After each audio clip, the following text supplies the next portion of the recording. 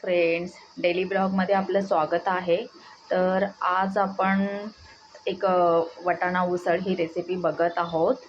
तर चला आपण स्टार्ट करूया रेसिपी. तर आपण प्रथम गॅस ऑन केला आहे. आपण कुकरमध्येच बनवत आहोत. तर कुकर गॅसवरती ठेवलेला आहे. आता चला गरम झाला तो, त्याच्यामध्ये आपण आता ऑइल टाकूया.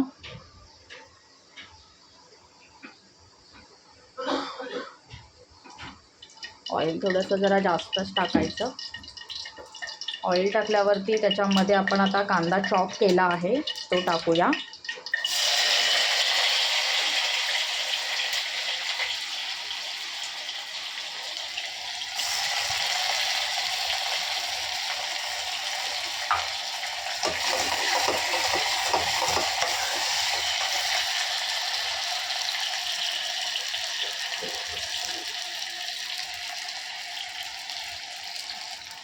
आपण आता त्याच्यामध्ये थोडंसं नमक टाकूया, जेणेकरून कांदा लवकर सॉफ्ट होणार.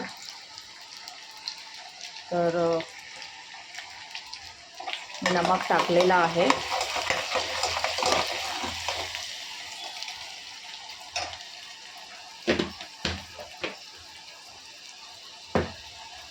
त्यानंतर आता आपण टॅमॅटो टाकत आहोत.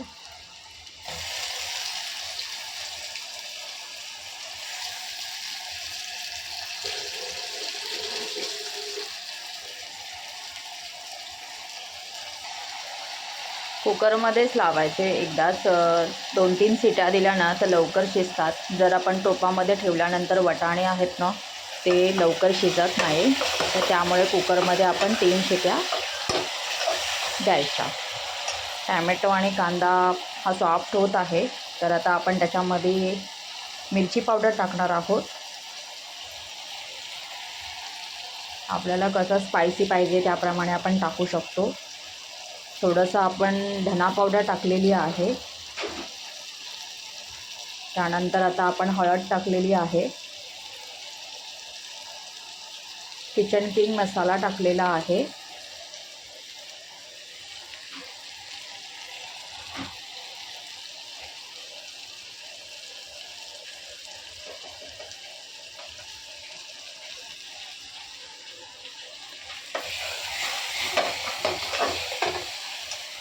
त्यानंतर आपण थोडंसं त्याच्यामध्ये हिंग टाकूया. हिंग टाकलेला आहे.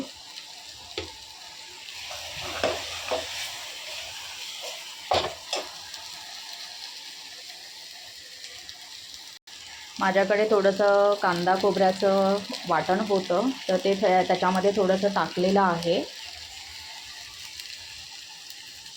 त्यामध्ये आता आपण पाणी टाकणार आहोत थोडंसं.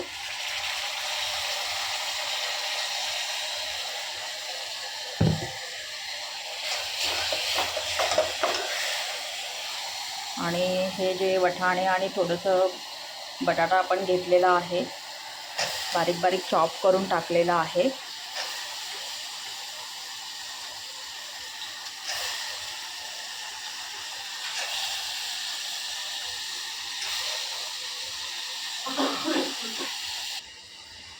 बघा कशी तरी आलेली आहे.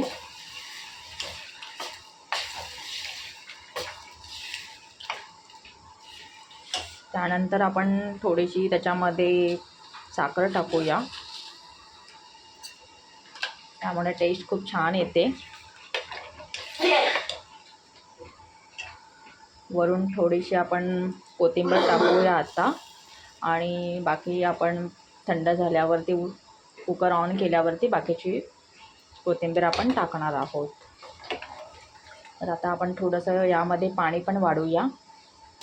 तर बघा आपण तरीवाली अशी वाटाणा आणि बटाट्याची उसळ आहे ती आता आपण 3 शिट्या द्यायच्या याला. तर तुम्ही पण अशी रेसिपी करून बघा. तुम्ही कशी करता ते पण मला तुम्ही कमेंट करून सांगा. आणि तुम्हाला जर माझी रेसिपी आवडली असेल तर तुम्ही लाईक करा, कमेंट करा, शेअर करा आणि सबस्क्राईब करा. Bye bye.